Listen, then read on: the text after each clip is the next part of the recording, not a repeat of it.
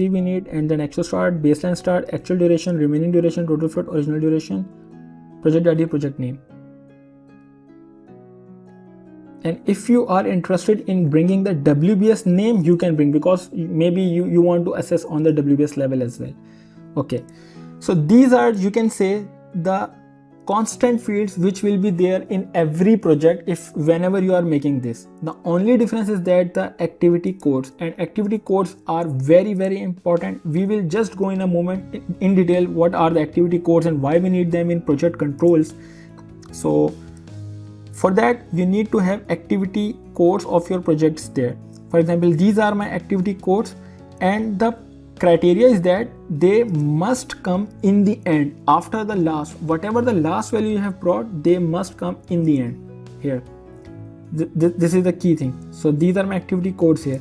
So one thing I just came to know is that status, and I need a critical activity as well, which is here. Yep.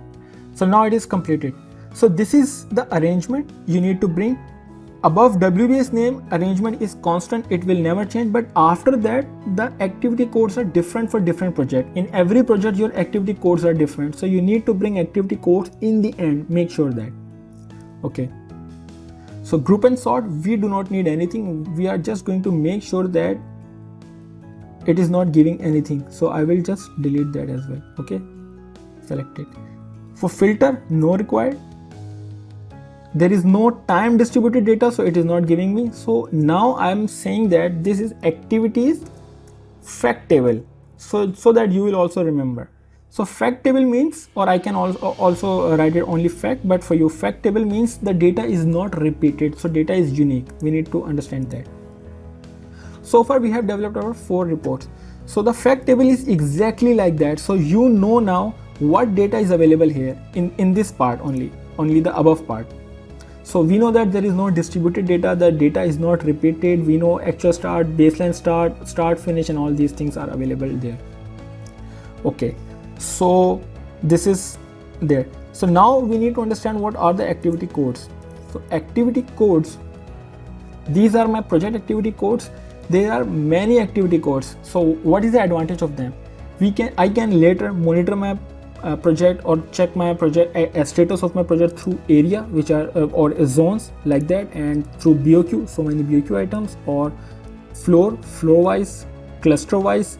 So these are the options that I can use them in for a monitoring purpose later, and you will see the power of Power BI, that they are very important if we have developed. So it is my recommendation, if you can develop as many activity codes based on your project, so develop them and extract them in the same way which we have just developed. So guys, we forgot one thing to bring here as well, which I am doing, so you need to make sure you do that as well. You will be requiring that, which is the current dates, and these dates will help us in forecast dates. So finish and the start, these dates. The remaining things are same, and the last thing is WBS name, and you have all the activity codes available there. So now I will the remaining steps are same, I will follow them again because I made this report again. We forgot one thing, so now I am going to delete that. Filter, we do not need any, and then simply activities fact table. Save the report. So we have discussed our activity codes as well, why we need. You can assign the activity codes as your cost account or cost center as well, whatever the cost center you have, for which you will receive the actual progress. And you know that where you will put the actual cost, because if you are calculating CPI, so you need to make sure that your actual cost comes in here. So if your actual cost come to this part, which is, you know, that actual it's a part in P6 updates. When you update your progress, you update the percentage and you update the actual cost. So if you are updating actual cost, you don't need to worry where the cost will go in Power BI. It will go into the specific area where we are asking P6 to throw, because we are making a confined flow, data flow, which is done through data structuring and data modeling. So all you need to care about is update the P6 regularly in a proper way, and then we can visualize everything inside P6 and convert that data into information inside Power BI. So now we will see how we need to run the reports, what is there and how we can do. Before doing that, we need to make sure one thing. After making all the reports, you need to go into these two distributed reports, and you need to make sure click right, modify, and in modify you need to do one thing. It is mandatory, you have to do it, because there are so many benefits of this, so which I will explain in inside Power Query. So once you open that, go into data range, double click, okay, go to the customize text, and here you need to write the same thing, spreadsheet field, okay, then simply just close it. Okay, you need to do for the other one as well. Right click, modify, into the date range, this, and same value, even the spelling should be same, spreadsheet field, save. So now my reports are saved.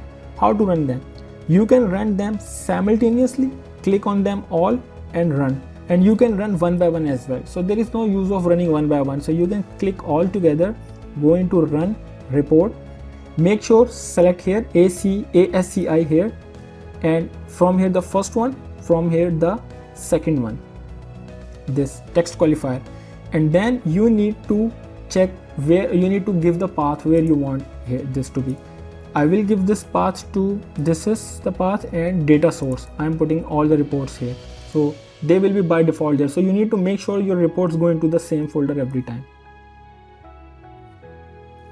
So once your reports are exported, this window will pop up, so you need to ignore that.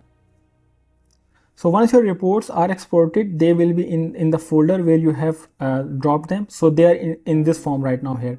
So after that, now we will go into the part 3, which is the Power Query. So for that, we will see the next video how to structure the data.